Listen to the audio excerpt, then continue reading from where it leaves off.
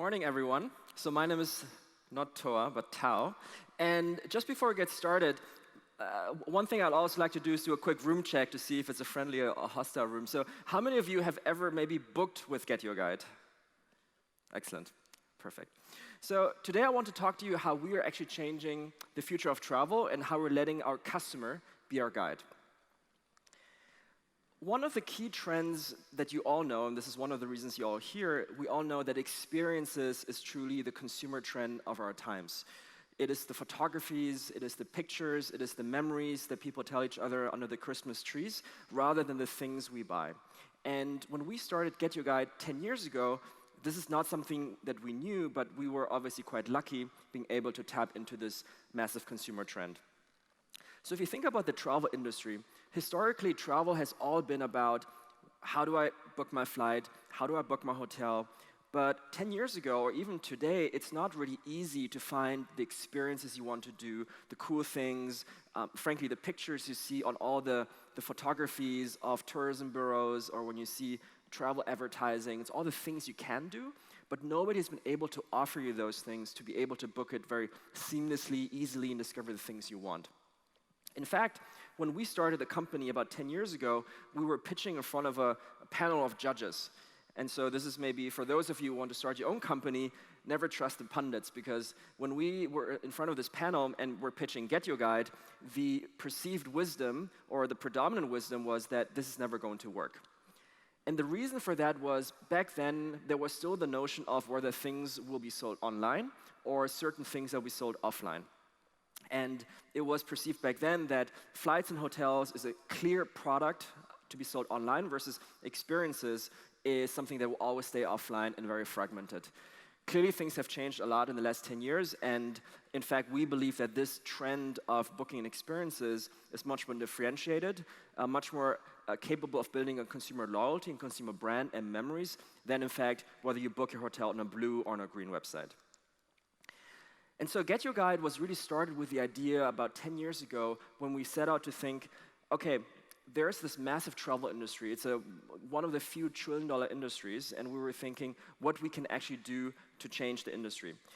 Now, the original story was, so my co-founder and CEO, Johannes, we've known each other for almost 20 years. He's actually getting married tomorrow. And we were traveling to Beijing. And so he booked his flights wrong. So what happened was he arrived a day too early and was basically lost. This was in 2007 when the internet wasn't really there, so there was no Wi-Fi cafes, and it was really, really hard to find cool restaurants, cool things to do, or even just find your way through without Google Maps. And so when I arrived a day later, and I'm originally from Beijing, then people were nicer, things were a lot cheaper, and the food was amazing. And that gave us the inspiration for the initial idea of GetYourGuide. The original idea of GetYourGuide was to, how can we emulate this experience that Johannes had, having a local guide, having a local friend, as I was in Beijing. And so what we set out to do was to create a, nowadays we would call it a peer-to-peer platform, but back then we just thought it would be some kind of social network or eBay for tour guides, so that some of you could be tour guides in Berlin, I could be a tour guide in Beijing, and there could be a platform and network where people can book experiences from each other. The company was born. We built this beautiful website, as you can clearly see, with 5 founders from Zurich, and we launched this as a student project in 2008, while we were all studying at ETH Zurich. So the 5 of us launched this website in 2008, and we had a fabulous amount of a total of 4 bookings in the course of, I think, 18 months, of which 3 were from our parents. So it was a truly resounding success. But afterwards, we realized, okay, there's now this huge, gigantic market out there of actually professional travel activities. So one thing that we didn't know, because we were all scientists or physicists or electrical engineer studying there, we didn't know there was this massive market of professional travel activities. In fact, what happened was one of those professional service providers just contacted us and wanted just to send us a check of saying, hey, look, here's 400 euros. Can you please list me on your website?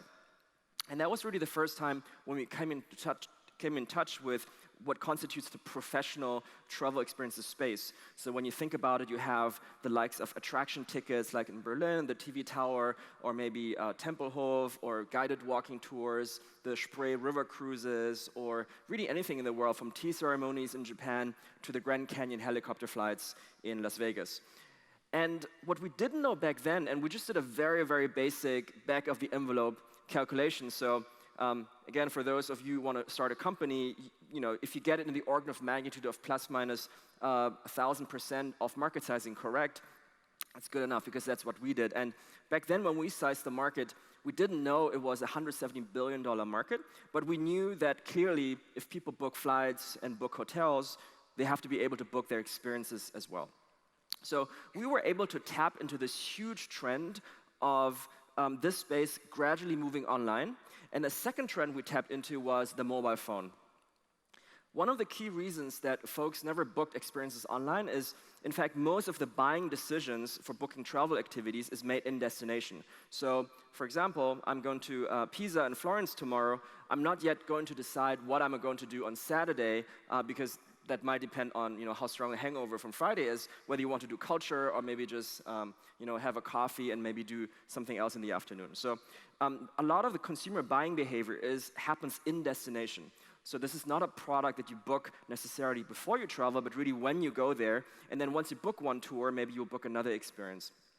And so if you look at the market opportunity, it's really only less than 4% of the entire market, of this $170 billion market, is captured by what we call online travel agencies, so platforms or marketplaces like ours, versus in the hotel space where more than 40% is captured. So we think there's a tremendous opportunity for us to be this leading platform to capture this market. One of the reasons why this market never quite took off, because it's quite complex. So if you think about experiences, the term, it is in fact made up of multiple categories that operate very, very differently. So from day trips and walking tours, attraction tickets and river cruises, from airport transfers to shows and events, all these kind of things that you can do in destination require a different operational playbook, and you often have very completely different product capabilities or technological stack. Some of them you can build tools for your partners to use. Sometimes you integrate with some kind of API so you can get access to the QR codes of the attractions, so you can just walk in by scanning your phone. So very different challenges. And our job is really to organize this entire space. Organize the space and really make it easy for consumers. So one of the key problems of our space, if you compare it to the hotel landscape, for example, is when you go to a hotel website, your question is, which hotel should I stay in? When you go to a flight website and you want to go to Florence on a weekend, your question is, which flight should I take, right? So which hotel based on my budget, based on my preferences, which flight should I take based on my budget, based on my preferences? The question to ask, however, in experiences is not which experience should I do, but really what should I be doing in Paris? Most people who travel to a foreign destination really have no idea of what awaits you there. So, for example, I'm going to Vienna for the first time in a month, and besides one or two monuments that are fairly well known, I really don't know what awaits me there. So, for us as a consumer platform, one of the biggest challenges we have to overcome is how do we solve the problem of discovery for consumers? So, because ultimately, it's kind of like an entertainment game, right? So, it's much more similar to Netflix, where the question is, I have 3 hours tonight, entertain me. And very similar for us is the question that consumers ask us, I have 2 days in Paris, I have 2 days in Bali, give me a great time. And so from a technological perspective, it's quite a challenge that we're obviously trying to solve with technology, but also a lot of creativity from our local teams who provide the insights of what consumers truly want. Ultimately, for the consumers, you have to, of course, abstract all of this and make it incredibly easy. So the value proposition of GetYourGuide, what our consumers love it, is we make it easy to discover the things you want to do. We try to give them trust, because it is a service product. And unlike buying a Sony TV on Amazon, when the Sony TV is not good, you don't blame Amazon, you just blame Sony. However, if you book a service with us, you want the service to be right, and we are responsible for the service. So we have to create that trust with 24-hour customer service, making sure that all the suppliers are vetted and go through a rigorous process and continually monitor on their quality, and also the transaction facilitation. Because by definition, travel is a global phenomenon. So we are dealing with customers from 50 different countries, going to 2,000 different destinations, so being able to offer the languages, the localization in Korean. So we have customers from Korea going to Spain, being able to book in their local won currency, in their local payment method, but we still have to pay out the supplier in Spain in his payment method. So a lot of challenges that we as a platform can aggregate. Over the course of the last 10 years, we've now built Europe's leading marketplace in this space. We offer more than 50,000 experiences in more than 2,000 destinations worldwide. The team is currently just passing 600 people, of which around 400 in Berlin. We're just moving to this new beautiful electricity plant, Umspannwerk Ampere in Prenzlauer Berg, and recently closed a major funding round, which has brought our funding total to around $650 million in order so we can capture this market. Now, this is all nice and fine, but as you build a consumer product, the question to ask is not how big is the market, how good are your numbers. At the core of it is how good is your product. And I just want to talk you through one example of how we as a business think and what kind of innovation, execution we drove from some of the insights that we made as a company. From the very early days, when we started GetYourGuide and we started getting customer reviews, some of the reviews would say, hey, my GetYourGuide tour guide was amazing, or Udo, my GetYourGuide guide in Florence, gave me a great tour. But also sometimes we got these reviews saying, my GetYourGuide tour guide sucked. Or sometimes people would say, I couldn't find the GetYourGuide boat. And so initially, we were, of course, very confused, thinking, hey, don't you get it? This is a marketplace, we're just an intermediary, and all these things. However, what we also realized is that customers don't care. Customers don't want to be educated. They want to be served a great experience. So what we saw initially as a challenge that we have to stand up with a reputation for all the products we offer, we also realized it was a massive opportunity to build brand loyalty. So if customers associate everything that they book on GetYourGuide with us, we thought, why don't we just do some tours ourselves, right? And so this was the initial insight of saying, customers associate the products with you anyway, why don't you just create an even better product based on the data you have? Because coming to the product innovation piece, if you think about the experiences in touring space, there's really been no innovation, not on the online part, but even on the offline part in the last, ever since tours were invented maybe 1,000 years ago. The traditional model of doing a tour would work with, you hire a English-speaking, charismatic person who knows some facts, and then you hope things work out well. For us, however, we have millions of reviews, we have millions of customer contacts of what dissatisfies them, what satisfies them, what delights them, and we can create the itinerary of these experiences and shape these experiences with our local partners. And that drove us to what we call GetYourGuide Originals, where we are working with local partners, creating branded experiences where we define the itinerary. To give you an example, we have one of our most popular products is the Harry Potter walking tour in London, where at the end of the tour, after the tour guide having observed you for the duration of maybe 2 to 3 hours, will, for those that have read Harry Potter, there's a sorting hat, and then the tour guide at the end will give you maybe a card with some pictures of the Polaroid you took on the tour, and then with the card of what house they would put you in. So small details that try to make the tour memorable. Or on some of the other tours, we would give folks access to very hidden sites, to places that you wouldn't otherwise access. And so this is what we launched with GetYourGuide. The core is using highly curated tour guides that are amazing, that tell funny stories, that have personality, that know all the facts and don't cite them just like reading Wikipedia, but like having a conversation like a friend would. We create custom itineraries, and we offer, and this is also very novel, if you're not satisfied, you can just get your money back. So you book the tour and experience, and unlike a product that you return, we cannot return the time of the tour guide, so we still have to pay the tour guide. But if you're not satisfied, it's a 100% satisfaction guarantee. We've now launched GetYourGuide Originals in around 15 cities, 20 different tours, almost more than 100,000 people close to it have been on GetYourGuide Originals. And moving back to the metric side again, what we have seen, and this is really positive, is that already a year after launch, we see that it has a 30% higher customer satisfaction rating, and very important for us as a business, that leads to a 25% higher loyalty. If you show these kind of figures, like 25% higher loyalty to any e-commerce startup, this would be highly promising. And so that's why we are keeping to invest into the space of what we believe we are truly not just building a digital product to create incredible experiences, but also creating the entire experience to be incredible. Last but not least, GetYourGuide wouldn't be where it is if we didn't have global ambitions to start. And so we believe that one of the things holding European companies back is the ambitions tend to be maybe sometimes national, maybe sometimes regional. In our case, blessing and a curse, if you run a travel company, you have to go global from the get-go, because there are global network effects that make a business either defensible or not defensible at scale. And so we're extremely proud that actually our fastest growing markets are the Americas and the Asian markets. And the expectations we set to ourselves, just like so many travel companies have come before us, is not just to build a European giant, but really a global category leader in the space made in Europe. The market is huge. The market, we're talking about a $100 billion market. It is what we think to be the last frontier in online travel. So after flights and hotels, this is the really last place.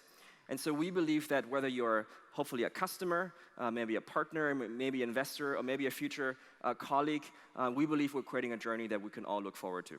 Thank you very much.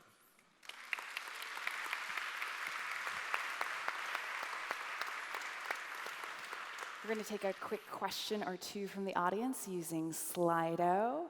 How does GetYourGuide see the rise of Airbnb experiences? So we're extremely flattered that Airbnb decided to enter the space. I think we respect Airbnb a great deal. I think they've been able to transform a market that did not exist before. However, and this is, so we're German, so very direct on our assessment of a certain space, is that Airbnb experiences is creating products that the company thinks customers should be doing. We are creating experiences and products that customers want to be doing. Sounds a little bit simple, but what it means is that the vast majority of folks out there in the world do not come to tech open air, do not drink mate tea, or do not, are well-traveled. Some of these folks, come from tier 2 cities. It's going to be their first time in Paris, and they want to see the Eiffel Tower, right? So a lot of people, when they go to the, Las Vegas, they want to see the Grand Canyon and not do a coffee tasting workshop in Brooklyn.